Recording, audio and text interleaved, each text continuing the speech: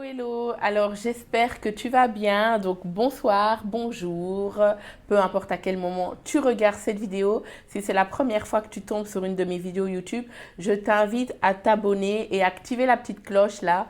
Comme ça, quand je ferai d'autres vidéos, tu seras averti. Alors, aujourd'hui, et oui, on se retrouve pour la dernière vidéo sur les amitiés toxiques. On a vu ensemble les 4 points qui montrent qu'une amitié est toxique et aujourd'hui nous allons voir la dernière cause.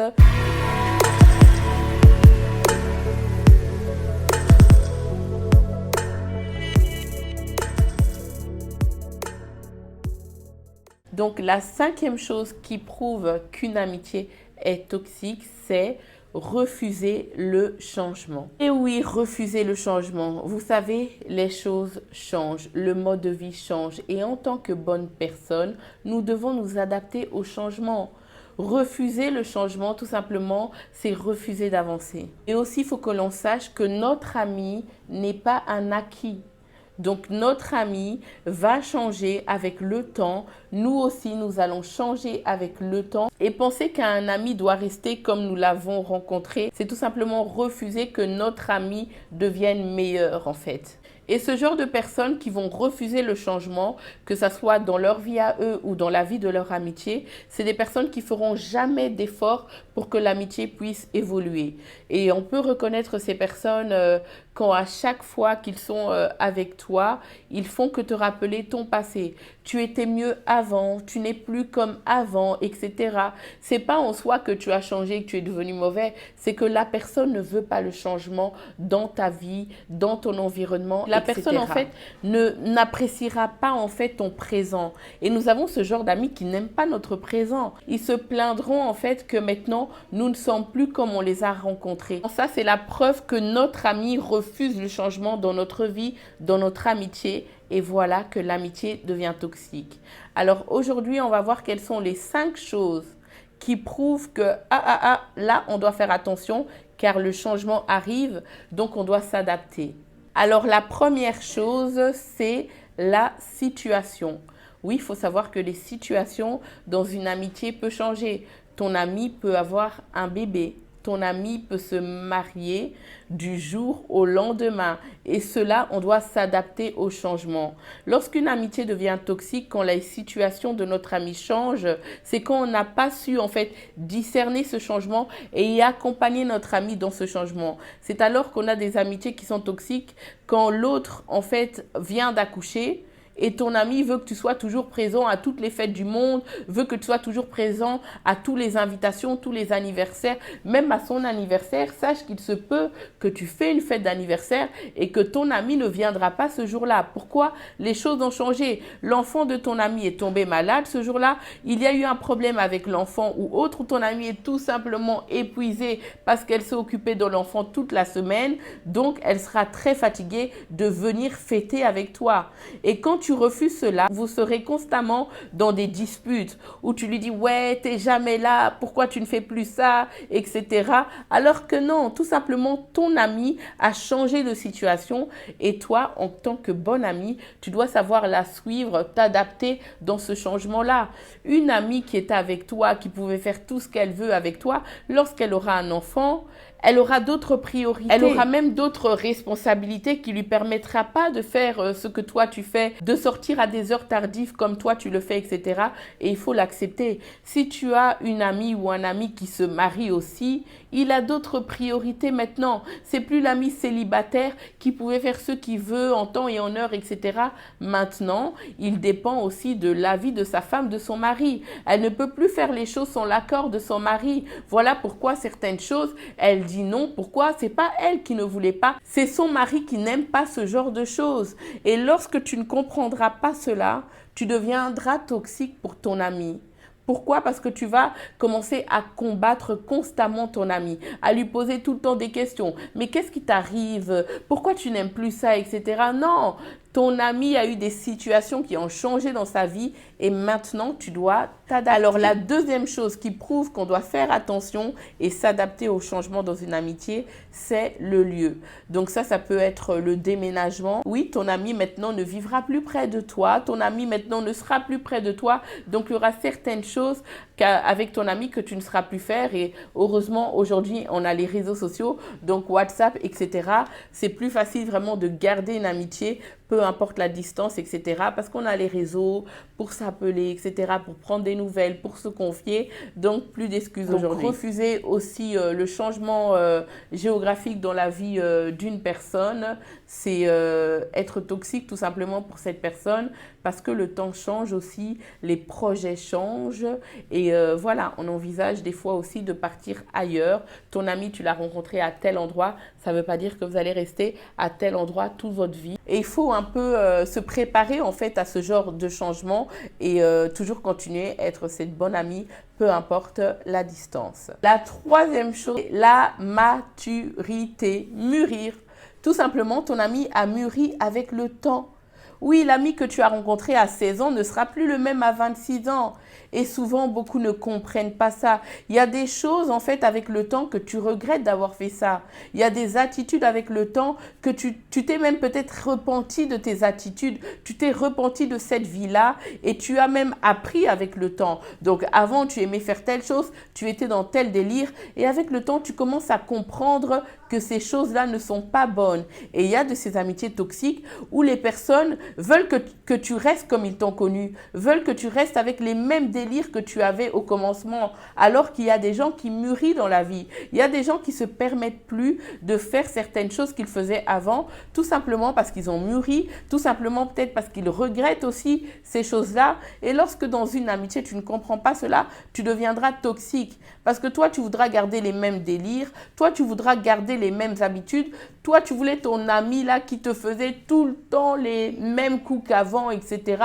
Tu voulais cet ami là qui te faisait tout le temps sortir à gogo. Et toi, tu voulais continuer à avoir cette amitié-là, alors que ton ami de son côté ne veut plus ce mode de vie. Et il faut comprendre aussi que les gens changent avec le temps, que les gens changent en grandissant et que les gens n'ont plus en fait la même personnalité qu'il y a peut-être 5 ans, 10 ans. Donc, le temps change. Voilà pourquoi adapte-toi aussi au changement de ton ami. Donc, voilà, c'est très important en fait de mûrir, de changer aussi, de réfléchir même à certaines choses que nous faisons, de voir si on peut encore le faire. Vous savez qu'il y a certaines choses à un certain âge qu'on ne fait plus. Voilà pourquoi accepte cela dans la vie de la personne avec qui tu es ami. Là, on va voir la quatrième chose qui prouve qu'une amitié doit commencer le changement et c'est la profession. Oui, la profession. La profession, ça peut être le travail, ça peut être un personnage public. Aujourd'hui qu'on a avec tous les influenceurs et tout, ça peut même être un travail qui mène ton ami à être connu en fait. Et il faut aussi s'adapter au changement de ton ami. Voilà pourquoi j'encourage une personne aujourd'hui à être attentif au projet de ton ami. Tu as un ami qui veut devenir peut-être grand plus tard, qui fait des choses qui le mènera à être un personnage public plus tard, adapte-toi déjà à ce changement-là. Il faut que tu comprends qu'à un certain moment de la vie de ton ami, il y a certaines choses qu'il ne peut plus faire. Pourquoi? Parce que tout le monde le regarde, tous les yeux sont fixés sur lui. Il y a certaines choses qu'il ne peut plus dire, donc tu dois t'adapter à cela. Ça veut dire que tu ne dois pas le filmer tu dois pas filmer toute sa vie en fait, le snapper dans tout ce qu'il fait, le snapper dans ses délires, etc. Voilà pourquoi aujourd'hui on a des personnalités publiques qui sont affichées, qui sont humiliées. Pourquoi? Ils sont entourés des mauvaises personnes. Ils sont entourés des personnes qui les voient toujours quand ils étaient dans les bars. Ils n'arrivent pas en fait à se dire « Ah non, mon ami aujourd'hui, je lui dois du respect. Mon ami aujourd'hui, je dois faire attention à ce que les gens vont voir de lui. Voilà pourquoi je dois le protéger, etc. » Voilà pourquoi certaines personnes, quand ils sont connus, les gens de leur entourage disent « Ouais, lui, il a changé. Lui, il se la pète trop. Lui, il croit trop que depuis il est tel, depuis qu'il fait ça, il croit trop que c'est le roi du monde. Il veut plus nous calculer. Il veut plus parler avec nous. » Non, souvent, ce n'est pas la personne en fait qui a changé dans l'élévation, mais c'est les personnes autour de lui qui ne savent pas l'accompagner. Voilà pourquoi il s'en éloigne, Pourquoi? Sinon, il perdra son travail, il va perdre sa profession. Combien de personnes ont perdu leur titre parce qu'ils étaient entourés des mauvaises personnes? Parce que dans leur tête, ils voulaient faire des choses comme leurs amis qui n'ont rien à perdre, leurs amis qui n'ont pas les yeux fixés sur eux. Il y a des choses que le peuple peut faire et qu'une personnalité publique ne peut pas faire. Voilà pourquoi si tu as un ami qui commence à être connu, il faudrait aussi que tu accompagnes ton ami dans cela. Et pas commencer à croire que ton ami se prend de haut, etc. Non, ton ami veut réussir, ton ami veut rester en fait dans ce niveau-là. Voilà pourquoi c'est aussi un bon ami de niveau. Dans mes amitiés, j'ai pu comprendre que, c'est vrai, mon mari prêche, etc. Je suis, on va dire, femme de pasteur. Il y a certaines choses que je ne peux plus faire comme les autres femmes. Il y a certains délires que je ne peux plus avoir. Et c'est là que quand je réalise cela, en montant dans le ministère, je commence à faire un tri dans les amitiés. Pourquoi? Ce n'est pas tout le monde qui est capable de m'accompagner dans cela. Je ne dois pas m'entourer de tout le monde comme ça, commencer à confier ma vie, etc. à des gens qui confieront ça aussi à leurs amis. Voilà pourquoi j'aimerais parler à une femme mariée. Aujourd'hui, toi, tu es avec tes amis, tu te maries. Ça, j'aimerais dire un truc. Avant, je n'étais pas d'accord avec ça, mais maintenant, je suis d'accord avec ça. Ce n'est pas bon qu'une femme mariée n'ait que des amis célibataires autour d'elle. Pourquoi? Je m'explique. Alors, il y a beaucoup de personnes célibataires qui ont aussi des amis. Donc, toi, femme mariée, tu as des amis célibataires. Tu partages ta vie, tu racontes ta vie à tes amis célibataires. Sache que ta vie aussi va se raconter aux amis de ton ami. Je ne sais pas si tu me comprends. Il faut que tu saches une chose. Toi, en tant que femme mariée, tu ne fais pas un avec tes amis. Tu fais un avec ton mari. Donc, il y a certaines choses qui doivent rester, quand tu évolues, tu te maries, qui doivent rester entre toi et ton mari. Il y a certaines phases de toi, certains délires qui doivent rester entre toi et ton mari. Et si maintenant, tu veux avoir une amitié, tu sens que j'ai besoin aussi d'une amie à côté de mon mariage, tu dois choisir une amie qui est mariée. Et une amie qui fait aussi un avec son mari. Ainsi, quand tu racontes des choses à ton amie, etc., le fait qu'elle raconte ça à son mari, c'est rien parce qu'elle est avec son mari. Mais ce n'est pas toutes les femmes célibataires qui peuvent comprendre ça. Il y a des femmes célibataires qui se disent « Non, moi aussi, j'ai ma meilleure amie. Moi aussi, j'ai mon soutien, etc. » Alors que toi, ton soutien, c'est ton mari. Vous êtes ensemble qu'une seule chair.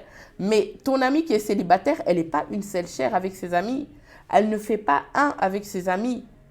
Et tu dois comprendre ça. Ce n'est pas toutes les filles célibataires qui comprennent aussi dans l'élévation de leur ami que je dois comprendre que certaines choses de mon ami marié là, ça doit rester pour moi.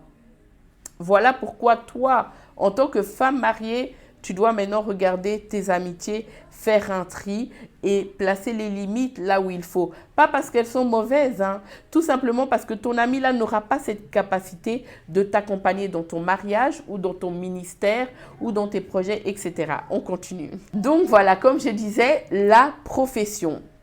Donc la profession, tous ces amis qui ne peuvent pas t'accompagner, on va dire, dans la gloire, etc. Malheureusement, il faut les bannir de là. Pourquoi? Parce que tu descendras aussi vite que tu es monté. Donc tu vas descendre, tu vas même pas te rendre compte comment tu vas descendre. Et quand tu vas tomber là, quand tu vas tout perdre, tout ce que tu as construit, c'est là que tu vas comprendre que c'est ton entourage. Alors que maintenant, en voyant cette vidéo, tu peux déjà discerner, là où j'y vais là, est-ce que tel a les épaules pour m'accompagner dans ce niveau? Alors, ici, on va voir maintenant la 5e chose qui prouve qu'on doit faire attention au changement. Et cette chose, c'est tout simplement la fin. Ouais, la fin. Vous savez, des bonnes choses aussi ont une fin.